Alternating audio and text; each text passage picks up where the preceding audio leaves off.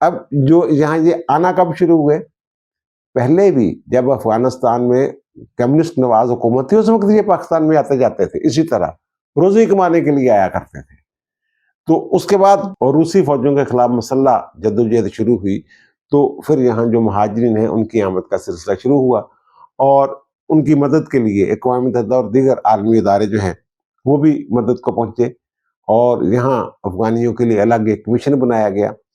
جس کے ذریعے ان کی رجسٹریشن ہوتی تھی، لیکن پھر وہ رجسٹریشن والے چکر سے نکل گئے اور مختلف شہروں میں جا کے آباد ہونا شروع ہو گئے۔ پھر کئی نسلیں دیکھ لیں 1981 سے، یہ بلکہ 79 سے ان کی آمد شروع ہوئی، اور 1981 میں ان کی جو مہاجرین تھے ان کی تعداد جو تھی نا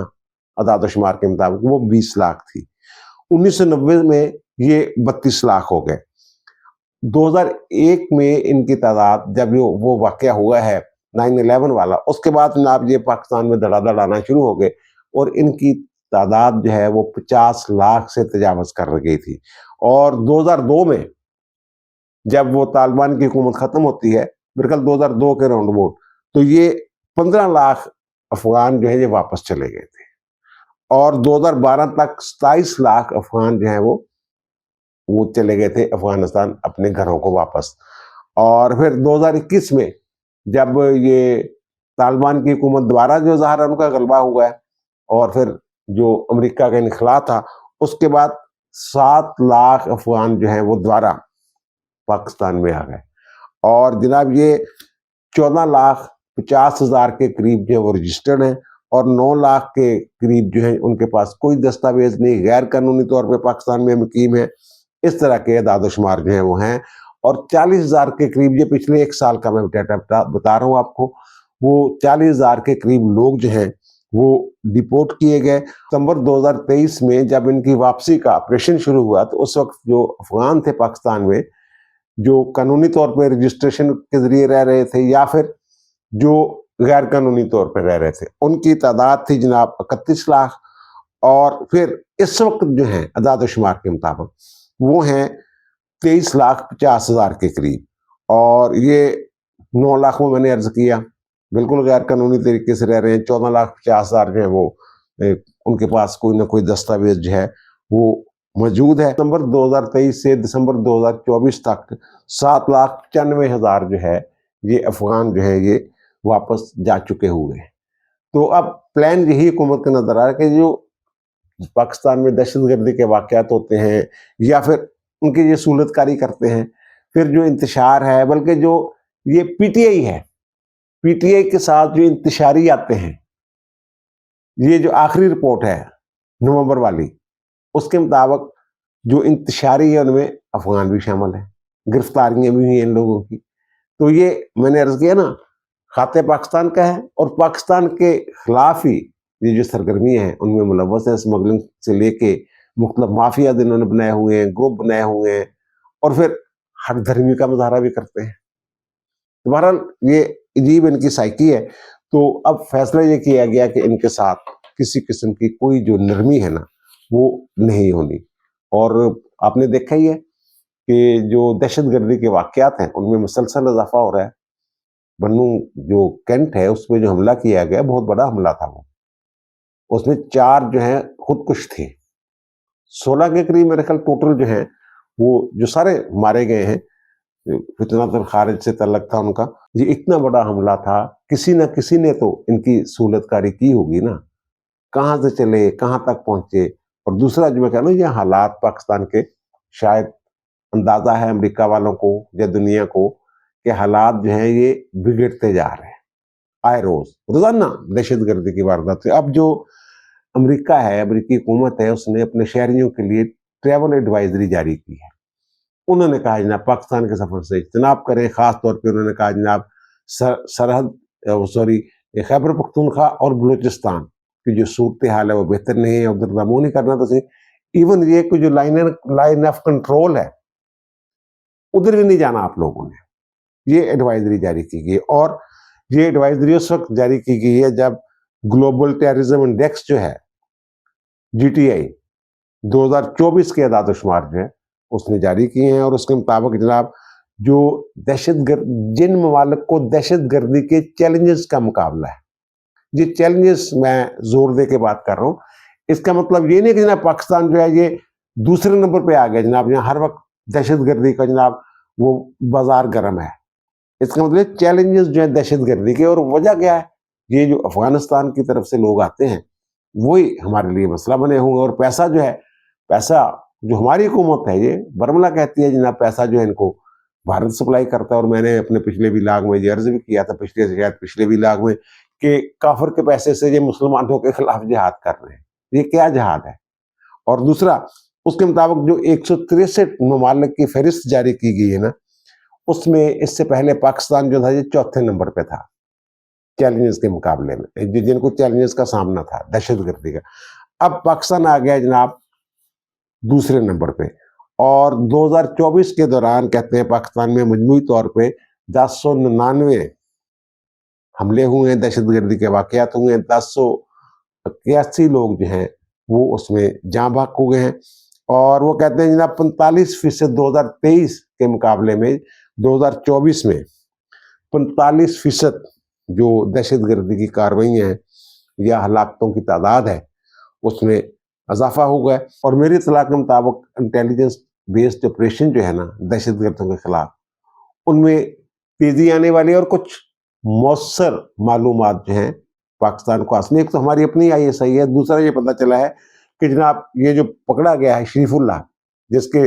حوالے سے امریکہ سے بیان پہ بیان آ رہے ہیں, تعریف کی جا رہی ہے, پاکستان کی شکریہ ادا کیا جا رہا ہے, ان کی طرف سے, امریکہ کی طرف سے کچھ انفارمیشن جو ہمارے ساتھ شیئر کی جا رہی ہے. اور خاص طور پہ پتہ یہ چلا ہے, تازہ ترین یہ میں آپ کے سامنے رکھ رہا ہوں, کہ سعودی عرب کی جو انٹیلیجنس ایجنسی ہے اس کی طرف سے بھی کچھ ٹھوس معلومات جو ہیں وہ پاکستان کو بہم پہنچائی گئی ہیں, جس کے بعد یہ توقع کی جا رہی ہے کہ جو انٹیلیجنس بیسڈ آپریشنز ہیں ان میں تیزی آئے گی اور زیادہ مؤثر رزلٹ جو ہے اس کی توقع کی جا رہی ہے. اور دوسرا جو میں یہ کہہ رہا ہوں کہ عمران خان صاحب کو جناب رہائی کے حوالے سے اندرونی اور بیرونی محاذ پہ ناکامی کا سامنا ہے. ایک تو جناب یہ امید لگا کے بیٹھے ہوئے تھے ٹرمپ سے, اور مشاہد حسین سید جیسے لوگ جن کے بارے میں ہمارا خیال تھا جناب ان کی خارجہ امور پہ بڑی دسترس ہے, بڑی گہری نظر ہے, وہ یہ کہتے تھے جناب ٹرمپ آئے گا.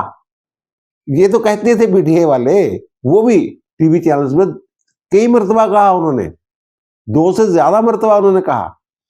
ایون یہ کہ جب ترکیہ کے صدر پاکستان کے دورے پہ آئے تھے, مشاہد حسین سید صاحب فرما رہے تھے جناب وہ عمران کی رہائی کے لیے بات کریں گے.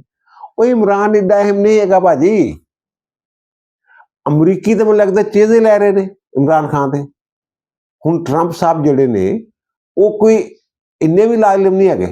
کہ انہوں نے پتہ نہیں جناب وہ تھے لابنگ فرما انہوں نے ہائر کی ہیں, یا پھر ٹرمپ صاحب دے جڑے قریبی لوگ نے انہوں نے ملاقاتاں بھی ہوندی ہیں انہاں دیاں, اور پھر انہوں ملاقاتاں دی بنیاد تے PTI دے لوگ جڑے نے وہ پھر مال بھی اکٹھا کرتے ہیں. چندے دی ضرورت پہ گئی جناب, لابنگ فرم ہائر کرنی ہے اندر کھاتے, پتہ لگتا جناب وہ کوئی ولاز خرید لے نے, پتہ نہیں کی کر لیا. یہ گلیں ہی نہیں نا, میں کہڑا انہوں نے رجسٹریاں دیکھی ہیں. بہرحال اب یہ جو کہتے ہیں چیزیں لے رہے ہیں. سب سے پہلے تو جناب کانگریس کے اجلاس میں ٹرمپ صاحب جو ہیں انہوں نے جو شریف اللہ جو کابل کے حملے کا ماسٹر مائنڈ ہے, وہ کہتے ہیں کہ ماسٹر مائنڈ ہے, وہ جناب پاکستان نے گرفتار کر کے ان کے ہینڈ اوور کر دیے. انفارمیشن انہوں نے دی تھی, آپریشن ہماری فورسز کا تھا, اس کو گرفتار کیا گیا, وہ پکڑ کے لے گئے جناب. اور انہوں نے ٹرمپ صاحب نے شکریہ ادا کیا پاکستان کی حکومت کا. تو اس سے جناب یہاں صفحہ ماتم بچ گئی PTI والوں میں کہ ٹرمپ یہ کیا کر رہا ہے. پھر اس کے بعد جناب جو ان کے FBI کے سربراہ ہیں انہوں نے ایک ٹویٹ کیا فوراً بعد, اور پھر امریکی صدر کی ہدایت پہ ان کے جو قومی سلامتی کے مشیر ہیں مائیکل وارٹس, انہوں نے جناب ہمارے وزیر خارجہ کو فون کیا, انہوں نے بھی تعریف کی اور شکریہ ادا کیا پاکستان کی حکومت کا. تو اس کے بعد جناب معاملہ یہ ہوا کہ وہ خاتون ان کی جو ترجمان ہے وزارت خارجہ کی, وہاں ایک جناب پاکستانی نژاد کوئی صحافی صاحب ہے, ان کی گفتگو سے لگ رہا ہے کہ پاکستانی تھے, تو ان کا جلب و لہجہ تھا انگریزی بولنے کا. تو وہ جناب انہوں نے کہا جناب پاکستان کا سب سے پاپولر لیڈر جیل میں ہے, اور پھر جناب یہی شریف اللہ کی گرفتاری کے حوالے سے بات کی کہ باقاعدہ طور پہ کوئی آپ نے شکریہ ادا کیا ہے, پاکستان کا یہ نہیں کیا ہے. تو انہوں نے جناب جو عمران خان والا حصہ تھا نا وہ بالکل ہی نظر انداز کر دیا, ذکر ہی نہیں کیا اس کا. دوسرے پہ انہوں نے پھر پاکستان کی تعریف کر دی, شکریہ ادا کر دیا. اور پھر میں نے عرض کیا ہوا ہے آپ کو اپنے ولاگ میں جناب ٹرمپ صاحب جو ہیں انہوں نے بھی کہہ دیا ہوا کہ جناب میں نے شہباز شریف سے جو ہے وہ ٹیلی فون پہ بات کرنی ہے، ارینج کیا جائے، وہ سارا وہ کوئی شیڈول وغیرہ طے ہونا ہوتا ہے، بہت سارے معاملات ہوتے ہیں. اور ٹرمپ صاحب پتہ نہیں ہیں کن چکروں میں، ویسے یہ کہاں جا رہے ہیں؟ پہلے دورے پہ سعودی عرب، پچھلی دفعہ بھی سعودی عرب گئے تھے، اور کہتے ہیں جناب پہلے ہی یہ اعلان فرما رہے ہیں کہ جناب مجھے کم از کم نا جو 10 خرب کی سرمایہ کاری چاہیے. یہ ٹرمپ صاحب کا ظاہر ہے، ان کا کوئی انہوں نے کچھ طے کیے ہوں گے ٹارگٹ، ان کے حساب سے بات کر رہے ہیں. تو اب جناب جو ان کا پینٹاگون ہے، جو فوج ہے جس کو وہ امریکی سینٹرل کمانڈ کہتے ہیں، انہوں نے بھی جناب ایک ٹویٹ کر دیا ہے، ایک انگریزی میں کیا ہے، ایک ہم پاکستانیوں کے لیے کہ جناب اردو بھی ذرا سمجھ لیا کریں، ایک اردو میں انہوں نے جو ٹویٹ ہے وہ کیا ہے. اور انہوں نے کہا جناب افغانستان میں کابل ایئرپورٹ کے ایبی گیٹ پہ حملہ کا جو مرکزی ملزم ہے شریف اللہ، اس کی گرفتاری میں تعاون پر پاکستان کا شکریہ ادا کیا انہوں نے. ان کے ٹویٹ سے اس بات کا اظہار ہوتا ہے کہ مستقبل میں بھی دہشت گردی کے خلاف پاکستان اور امریکہ کا اشتراک یا تعاون جو ہے وہ جاری رہے گا. اب میں نے جو بگڑتی صورتحال کی بات کی نا، بعض اوقات کچھ ایسا تاثر بھی بن جاتا ہے جناب، شاید دہشت گردی کا وقت ذاتی معاملات ہوتے ہیں. اب سوابی میں وہ قتل ہو گئے ہیں جو جماعت اسلامی کے سابق سینیٹر ہیں مشتاق صاحب، ان کے بھائی جو ہیں سینیٹر مشتاق کے، وہ سوابی میں قتل ہو گئے. تو وہ اسلام آباد میں تھے، انہوں نے واپس جانا تھا، تو انہوں نے جو یہ تو بتایا کہ میرا بھائی قتل ہو گیا ہے، لیکن تفصیلات نہیں بتائیں. حالانکہ میں سمجھتا ہوں کہ انہیں پتا تھا، وہ گول مول تھا، تاثر یہ دے گئے شاید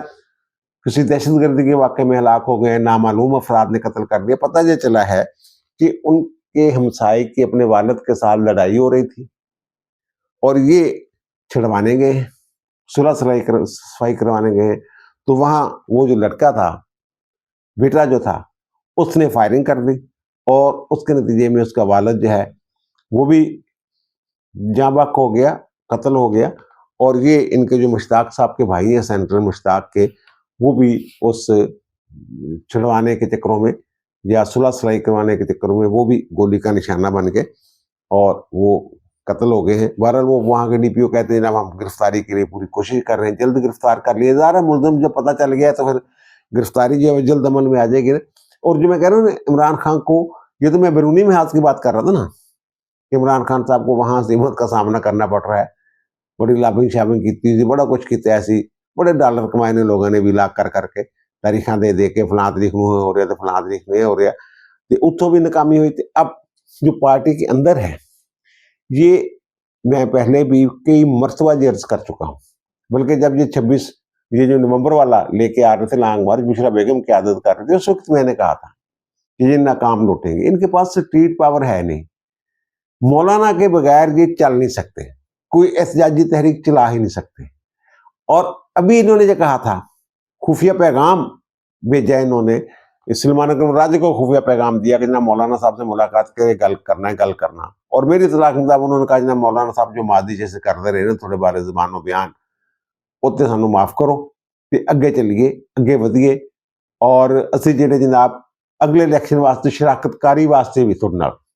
کوئی اتحاد بنانے واسطے بھی تھوڑے نال تیار ہاں، سارے نال چلو، ساری مدد کرو کسی نہ کسی طریقے نال.